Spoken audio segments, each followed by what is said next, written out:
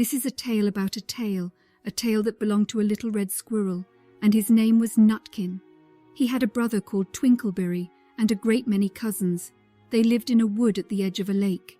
In the middle of the lake there is an island covered with trees and nut bushes, and amongst those trees stands a hollow oak tree, which is the house of an owl, who is called Old Brown. One autumn, when the nuts were ripe, and the leaves on the hazel bushes were golden and green, Nutkin and Twinkleberry and all the other little squirrels came out of the wood and down to the edge of the lake. They made little rafts out of twigs, and they paddled away over the water to Owl Island to gather nuts. Each squirrel had a little sack and a large oar, and spread out his tail for a sail. They also took with them an offering of 3 fat mice as a present for Old Brown, and put them down on his doorstep. Then Twinkleberry and the other little squirrels each made a low bow and said politely, "Old Mr. Brown, will you favour us with permission to gather nuts upon your island?" But Nutkin was excessively impertinent in his manners. He bobbed up and down like a little red cherry, singing, riddle me, rot-tot-tote, a little wee man in a red coat, a staff in his hand and a stone in his throat. If you'll tell me this riddle, I'll give you a groat." Now this riddle is as old as the hills. Mr. Brown paid no attention whatever to Nutkin. He shut his eyes obstinately and went to sleep. The squirrels filled their little sacks with nuts and sailed away home in the evening. But next morning they all came back again to Owl Island, and Twinkleberry and the others brought a fine fat mole and laid it on the stone in front of Old Brown's doorway, and said, "Mr. Brown, will you favour us with your gracious permission to gather some more nuts?"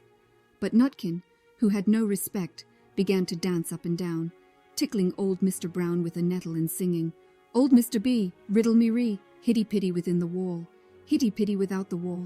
If you touch hitty-pitty, hitty-pitty will bite you." Mr. Brown woke up suddenly and carried the mole into his house. He shut the door in Nutkin's face. Presently a little thread of blue smoke from a wood fire came up from the top of the tree, and Nutkin peeped through the keyhole and sang, "A house full, a hole full, and you cannot gather a bowl full." The squirrels searched for nuts all over the island and filled their little sacks. But Nutkin gathered oak apples, yellow and scarlet, and sat upon a beech stump playing marbles and watching the door of old Mr. Brown. On the 3rd day the squirrels got up very early and went fishing. They caught 7 fat minnows as a present for Old Brown. They paddled over the lake and landed under a crooked chestnut tree on Owl Island. Twinkleberry and 6 other little squirrels each carried a fat minnow, but Nutkin, who had no nice manners, brought no present at all. He ran in front singing, "The man in the wilderness said to me, 'How many strawberries grow in the sea?' I answered him as I thought good, 'As many red herrings as grow in the wood.'" But old Mr. Brown took no interest in riddles, not even when the answer was provided for him. On the 4th day, the squirrels brought a present of 6 fat beetles, which were as good as plums in plum pudding for Old Brown. Each beetle was wrapped up carefully in a dock leaf fastened with a pine needle pin, but Nutkin sang as rudely as ever, "Old Mr. B, riddle me ree, flower of England, fruit of Spain, met together in a shower of rain, put in a bag tied round with a string, if you'll tell me this riddle, I'll give you a ring," which was ridiculous of Nutkin, because he had not got any ring to give to Old Brown. The other squirrels hunted up and down the nut bushes, but Nutkin gathered Robin's pincushions off a briar bush and stuck them full of pine needle pins. On the 5th day, the squirrels brought a present of wild honey. It was so sweet and sticky that they licked their fingers as they put it down upon the stone. They had stolen it out of a bumblebee's nest on the tippity-top of the hill, but Nutkin skipped up and down singing, "Hum-a-bum, buzz, buzz, hum-a-bum, buzz." As I went over Tippletine, I met a flock of bonny swine, some yellow-nacked, some yellow-backed. They were the very bonniest swine that ever went over Tippletine.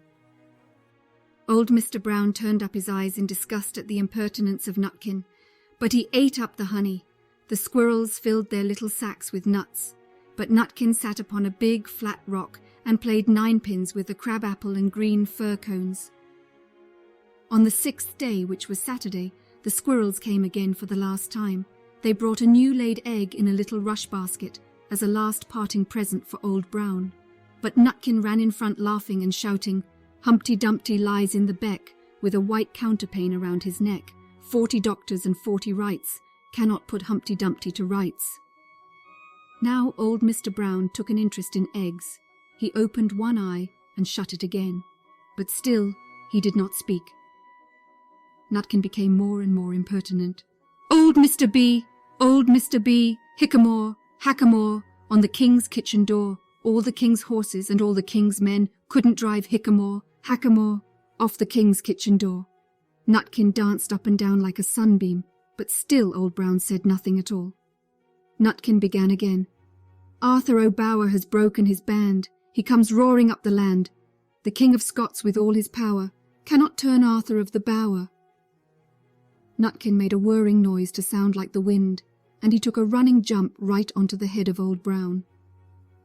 Then all at once there was a flutterment and a scufflement, and a loud squeak.